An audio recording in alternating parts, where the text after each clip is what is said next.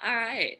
So, continuing our series on spiritual disciplines, today is going to be probably the second least popular of the entire series because we will be talking about the twin disciplines of solitude and silence.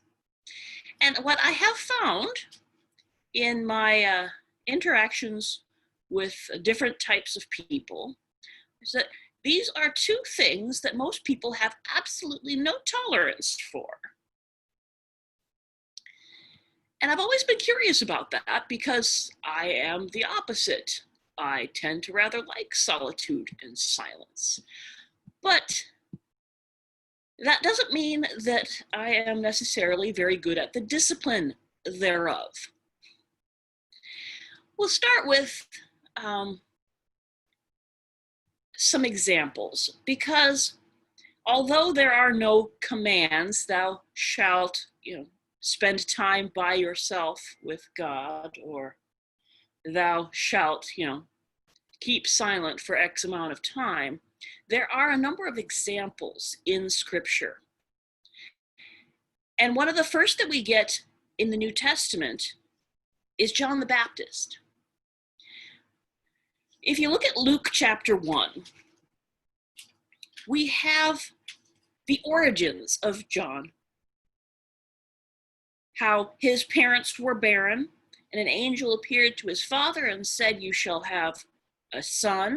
And his father said those fatal words, "How shall I know this will come to pass?" And the angel said, "Well, you'll know because you won't be able to talk now until the child is born." So all sorts of strange things surround his birth, but we have only one sentence to cover his childhood and early adulthood. And that's the last verse of chapter 1, where it says, "The child grew and became strong in spirit, and he was in the wilderness until the day of his public appearance to Israel." Now, this wilderness, in the Greek, it's eremos, variations of the word. It means an uninhabited place. In different translations, it will be put in English as either like desert places, solitary places, desolate places, places where there aren't any people. And of course, when he comes into his ministry, he is still out in the wilderness, this time around the Jordan River.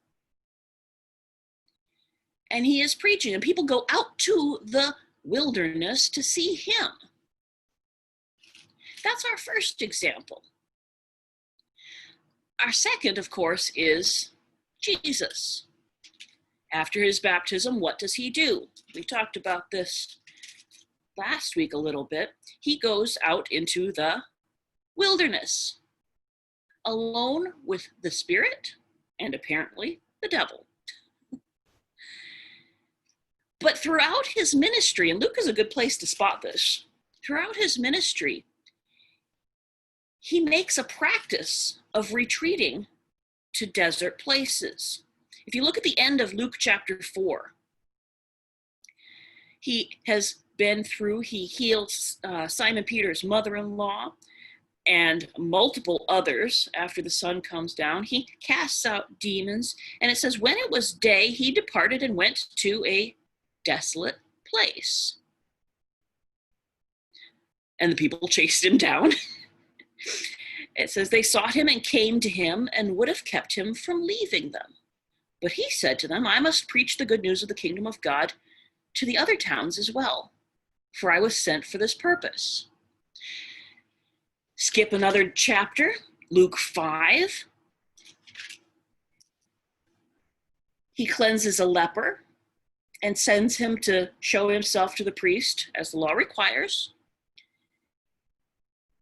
And it said, now even more report about him went abroad, and great crowds gathered to hear him and be healed of their infirmities. Verse 16, but he would withdraw to desolate places and pray. Apparently, in the Greek, the verb tense here is the continual past tense. He made a practice of withdrawing to desolate places, to the wilderness, to solitude. And we think, okay, his ministry is really booming. People are seeking him. There's a great need. How could he possibly have time? Because that's our big question, right? How could you? I don't have time for that. My life is busy. But to borrow, paraphrase from some of the Puritan writers, how could he not have time? Throughout church history, there has been a perception that effective ministry, effective evangelism comes out of time away from people and alone with God. So how does this, what do we do with this in our lives today?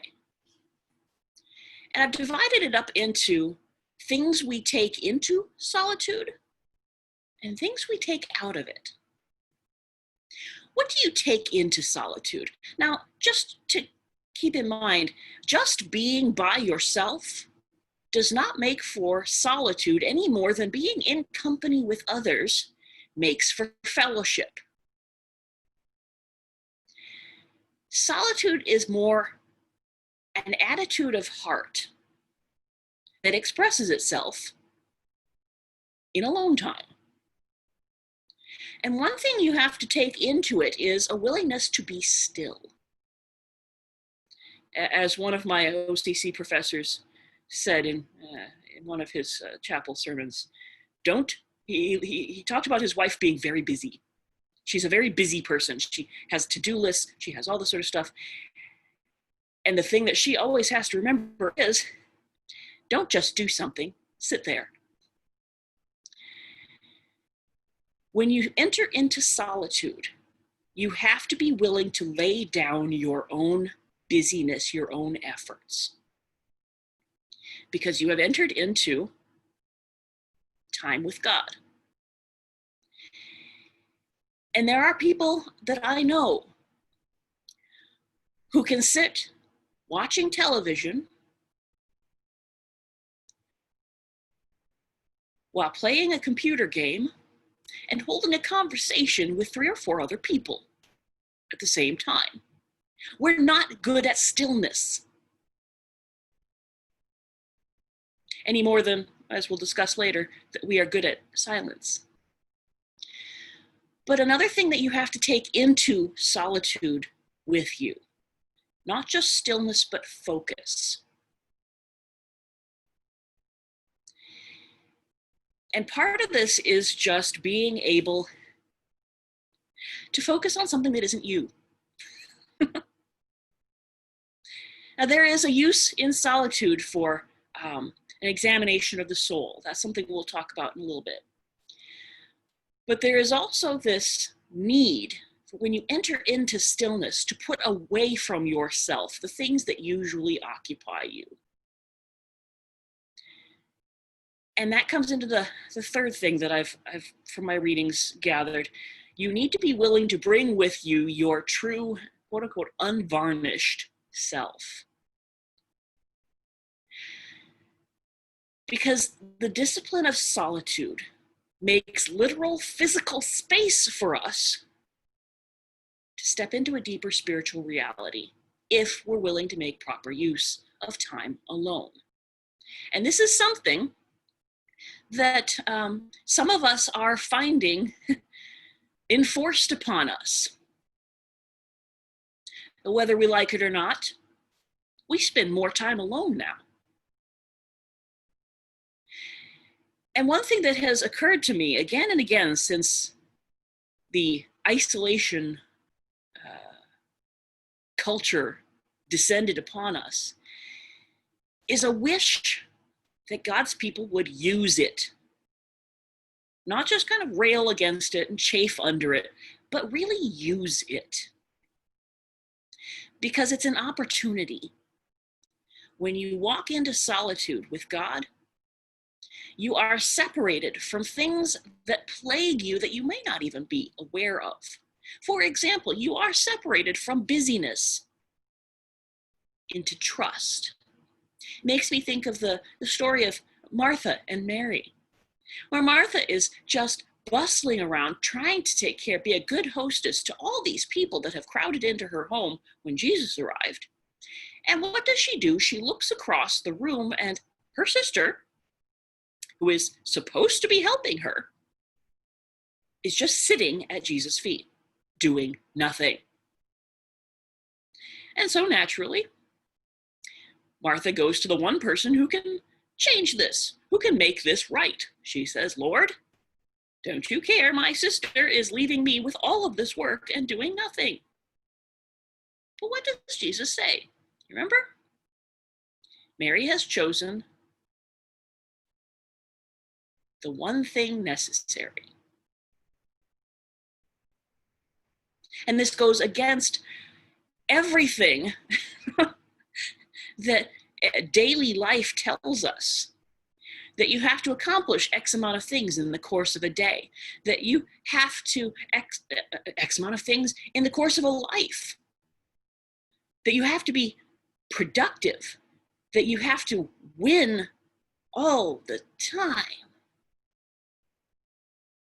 And Jesus says, there's one thing necessary. What was she doing? She was just sitting at his feet, listening.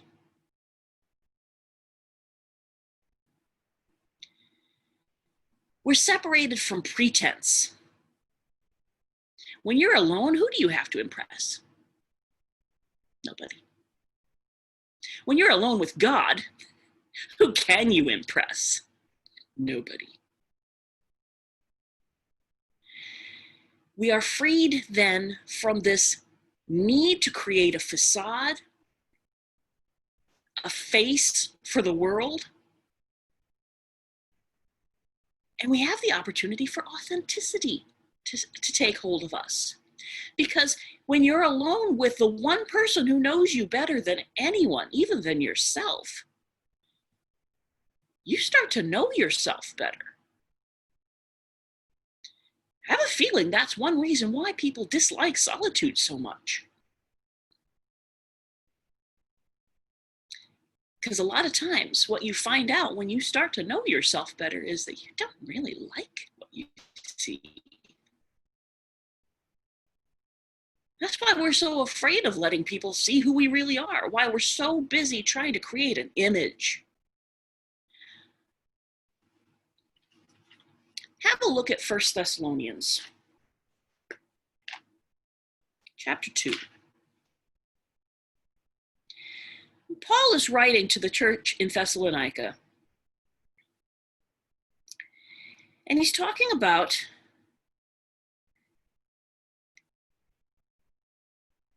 they had suffered, they had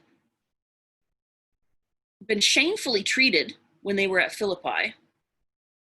And if you go to Acts, you'll see what he means by that. There are examples all over the book of Acts of how Paul was treated as he traveled from city to city. But he talks about whatever the treatment he received. He says, we had boldness in our God to declare to you the gospel of God in the midst of much conflict. And one thing that he talks about is our appeal, starting in verse 3, does not spring from error or impurity or any attempt to deceive, but just as we have been approved by God to be entrusted with the gospel, so we speak not to please man, but to please God who tests our hearts. For we never came with words of flattery, as you know, nor with a pretext for greed, God is witness.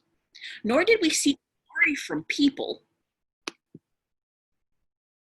whether from you or from others, though we could have made demands as apostles of Christ, but we were gentle among you. He's talking about the way he approached this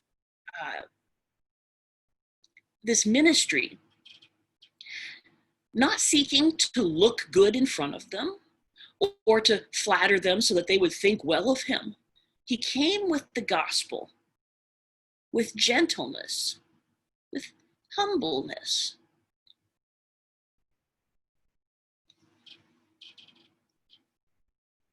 And when he talks to other churches in other letters, I'm thinking specifically of the letter to the Ephesians and to the letter to the Colossians, he talks to bondservants specifically, talking about serving genuinely. Not what the phrase that is known as eye service, like when their eyes are upon you in some translations. And then he says, as people pleasers, but serving as if you are giving your service to God. We can't really afford not to be authentic in the gospel. So if we take into solitude this idea of laying down our frantic efforts, focusing on God, and shedding our own pretense, what do we bring out of solitude then? Because obviously we need the balance. We need the solitude, we need fellowship back and forth. Now, granted, some of us, it's 2 parts solitude to 1 part fellowship, and others, it's 2 parts fellowship to 1 part solitude, if you will. But we need that balance. We need both in our lives. I think what we bring out of solitude is first a more genuine experience of fellowship with God. There is a level of Christianity that thinks that fellowship with God is mostly just you are forgiven, go and sin no more, and then the rest of life just goes on. It's very superficial, very shallow. Solitude makes our concept of what it means to have fellowship with God much deeper. Like with the discipline of simplicity, we realize that we don't need to always be working frantically for what we need. And with the discipline of fasting, we realize that we don't always need as much as we thought we did. When you enter into solitude, you start to get perspective, and you carry that perspective with you. And I kind of appreciate the fact that this topic came up when it did, because we've been through all of the Bible study, meditation, prayer, fasting, simplicity, and all of these things require one thing: space and time. I know that's 2 things. We need a bubble in which we can focus on these things for a period of time. And that's what solitude gives us. It's breathing room for the Spirit to work within our minds and hearts. It's time a period of time when you shut off, quite literally, the voices of the world. We find space for meditating on the nature of God, the works of God, and also for examining our own souls. In a few weeks, we will talk about the discipline of confession. And that is always based on an awareness of the state of your own soul. Solitude gives you the opportunity to examine that. But it also reminds me, if you flip back to 1 Kings chapter 19, when do you suppose that Elijah heard most clearly the will of God? Was it when he was on Mount Carmel, making that spectacular display of God's power for the people of Israel to see? No. It was after he ran away. Afraid, discouraged, depressed. He runs and he runs and he runs and he reaches Mount Horeb, the mountain of God. So 1 Kings 19, starting in verse 9, should be fairly familiar to all of you. He came to a cave and lodged in it. All right, so he's crawled into a hole in the ground. He has had it. He is done. And the word of the Lord came to him and said, "What are you doing here, Elijah?" And Elijah basically says, "I've had it. I'm done.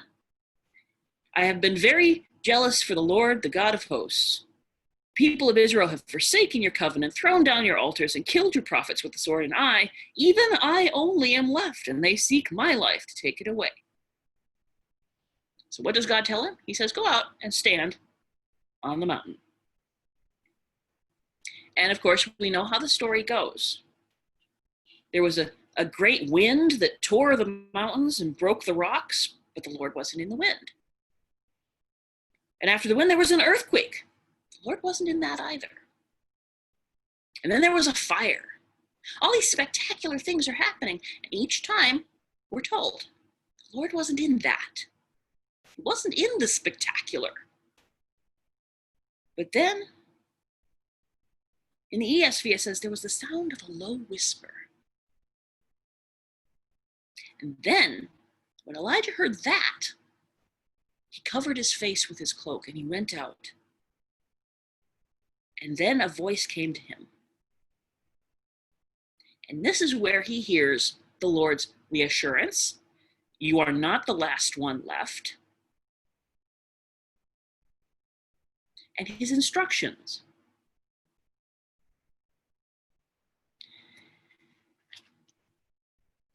If he was not alone, I wonder if he would have heard that whisper.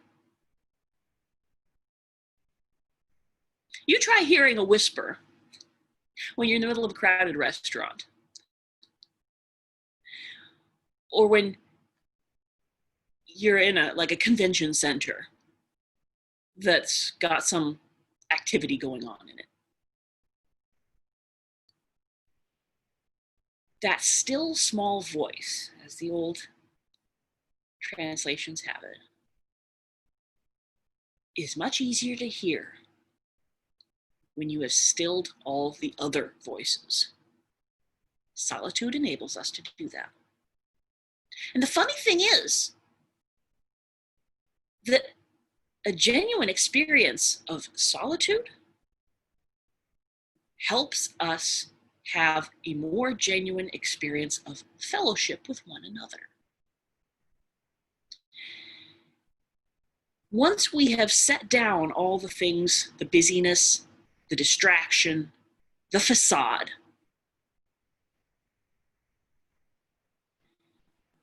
we're free from that sort of, fake fellowship that's actually really, if you think about it, quite greedy, where we seek from others our self-worth. We seek praise from them. We're always trying to come out looking the way we want to look. And we expect others basically to do the same. Thomas Merton, some of you might have heard of him, Catholic monk, writer. I had a quote from him in my readings that said, "It's in deep solitude that I find the gentleness with which I can truly love my brothers." And we do find that the true value of community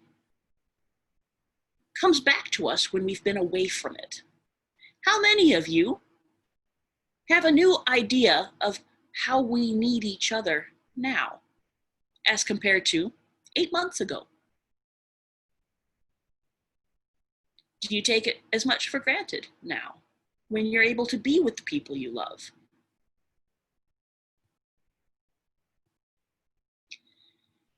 There is a difference, and a lot of people tend to mistake fellowship for socialization or community.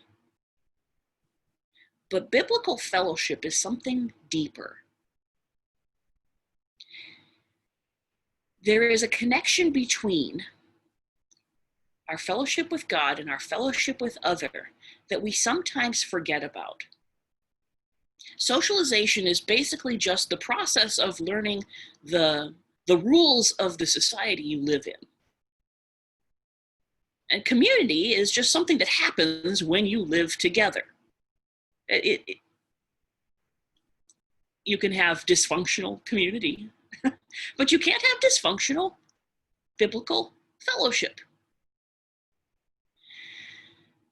Flip over to 1 John.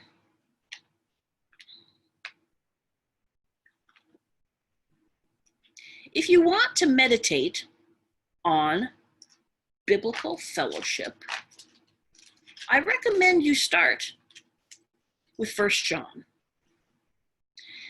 There's a fair amount that is specifically said about fellowship in this, but the entirety is all about living together. I mean, he starts out with his testimony, that which was from the beginning, which we have heard and seen and touched. And this is what they proclaim. But notice, as you get down just very quickly into chapter 1, it says that which we have seen and heard, we proclaim also to you, so that you too may have fellowship with us. We forget sometimes, because, we've been together long enough, that our fellowship is only through what has been proclaimed. And it says, and indeed, our fellowship is with the Father and with his Son, Jesus Christ. This is the message that we've heard from him and proclaimed to you, that God is light and in him is no darkness at all. If we say we have fellowship with him while we walk in darkness, we lie and do not practice the truth. But notice this, but if we walk in the light as he is in the light, we have fellowship, and I would expect normally that this would say we have fellowship with God. But what it says is, if we walk in the light as he is in the light, we have fellowship with one another. They are inseparable. If we have fellowship with God, we have fellowship with one another. We are bound together as one in Christ. And he goes on, he talks about, darkness has no fellowship with light.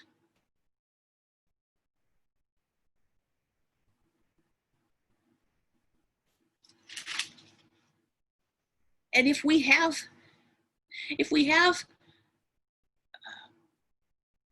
fellowship with God, we have to live in fellowship with one another.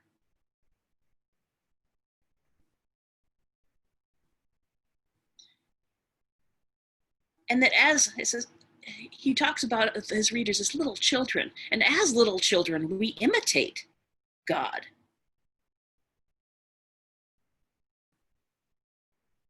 And sometimes you can tell, right?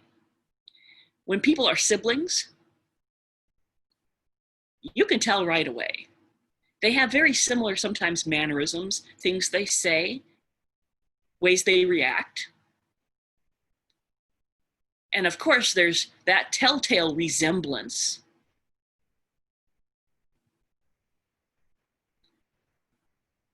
If we have fellowship with God, we start to look like him.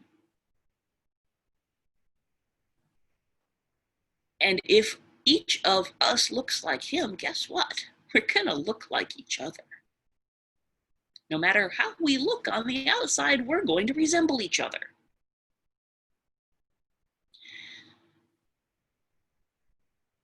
And there's this corollary that always comes up with solitude, and that is, of course, silence. Because when you are alone, truly alone, there's no need to talk. Now, of course, some of us talk to ourselves, right? but it's not really necessary.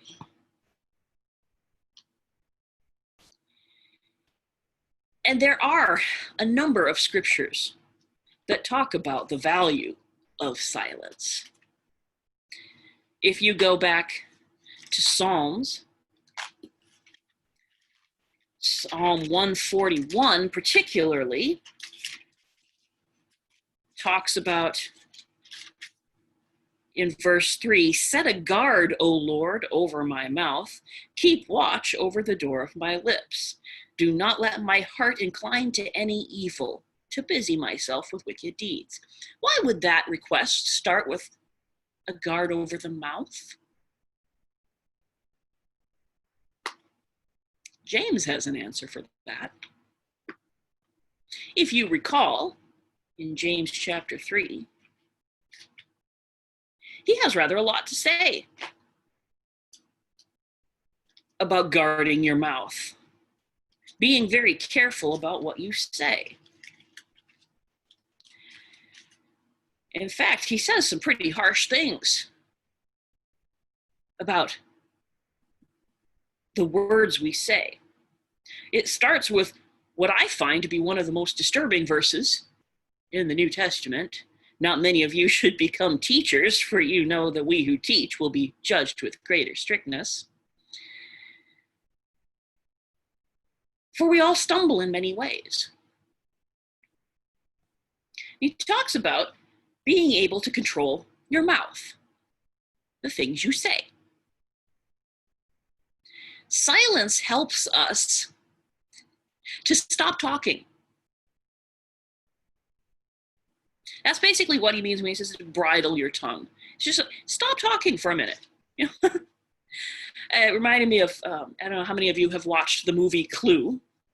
I have watched it often enough that I almost have it memorized. But there's that scene in the dining room where they're slurping their soup, and Mrs. Peacock finally cracks and just starts chattering on and on and on and on and on, almost without taking a breath.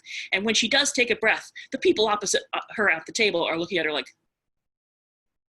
okay. And of course, Professor Plum says, you seem to suffer from what we call pressure of speech. And how many of us suffer from pressure of speech throughout the day, where we feel like we have to say something? There's a gap in the conversation. Quick, plug it with some words, or else silence happens. James would say, let silence happen sometimes. Because not everything that comes out of your mouth is worth saying. How do we know if a thing is worth saying? Is it worth hearing? And sometimes when we sit and somebody else is talking, we're just waiting for them to stop talking so that we can start. That's not listening. Silence enables us to hear and actually listen. I heard it said somewhere that as soon as your mouth opens, your ears close. And James is saying, well, try closing your mouth for a while. But of course, we know quite well that it's not just a matter of closing the mouth, because the words keep churning. Sometimes it's a matter of quieting the will. You talk about chapter 3 of James, verses 4 and 5, where he says, look at the ships also, though they are so large and are driven by strong winds, they are guided by a very small rudder wherever the will of the pilot directs. So also the tongue is a small member, yet it boasts of great things. He doesn't say it outright, but the will directs the tongue. And meaningful silence requires us to quiet the will. How many times do you find yourself in prayer repeating the same thing over and over again because that's just what's uppermost on your mind? Meaningful speech can only come when we've quieted down those clamoring voices in us that say, I need, I want, I need, I want, I need, I want.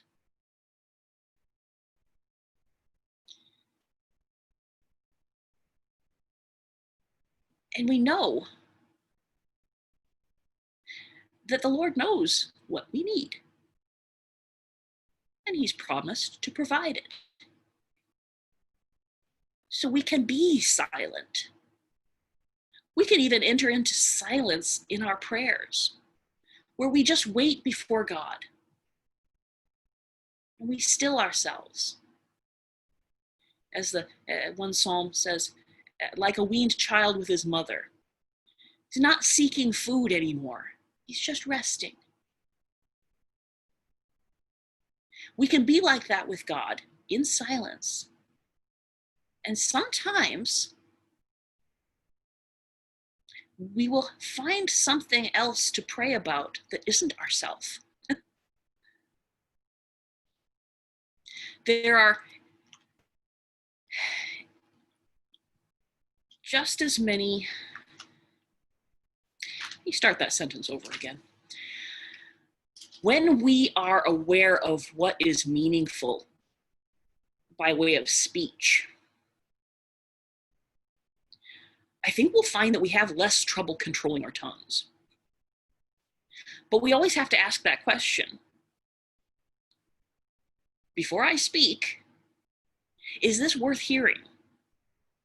And we have guidelines throughout the New Testament, particularly in Paul's letters.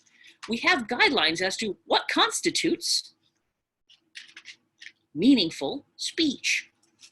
If you look at Ephesians, end of chapter 4, beginning of chapter 5, verse 29 says, let no corrupting talk come out of your mouths, but only such as is good for building up as fits the occasion, that it may give grace to those who hear.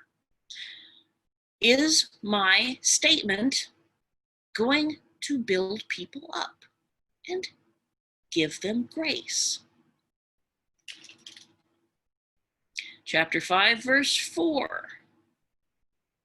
Let there be no filthiness or foolish talk or crude joking, which are out of place, but instead let there be thanksgiving. Are my words out of place? Would they be unsuitable to say before God?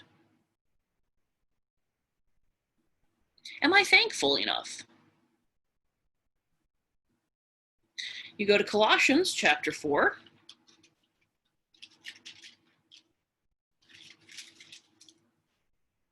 Verse 6, let your speech always be gracious. Again, we have this call that your speech brings grace to people. Seasoned with salt, it says, so that you may know how you ought to answer each person. These are disciplines that I think are going to be really hard for a lot of people. It's solitude and silence. But if you can bring grace to another person through the practice of these, don't you think it's worthwhile?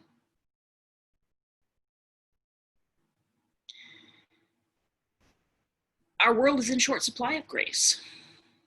Increasingly short supply of grace. And we are the ones who can bring it. But we need training in that. And these twin disciplines give us the opportunity for that training. So, next week, quite possibly the most unpopular discipline, the discipline of submission.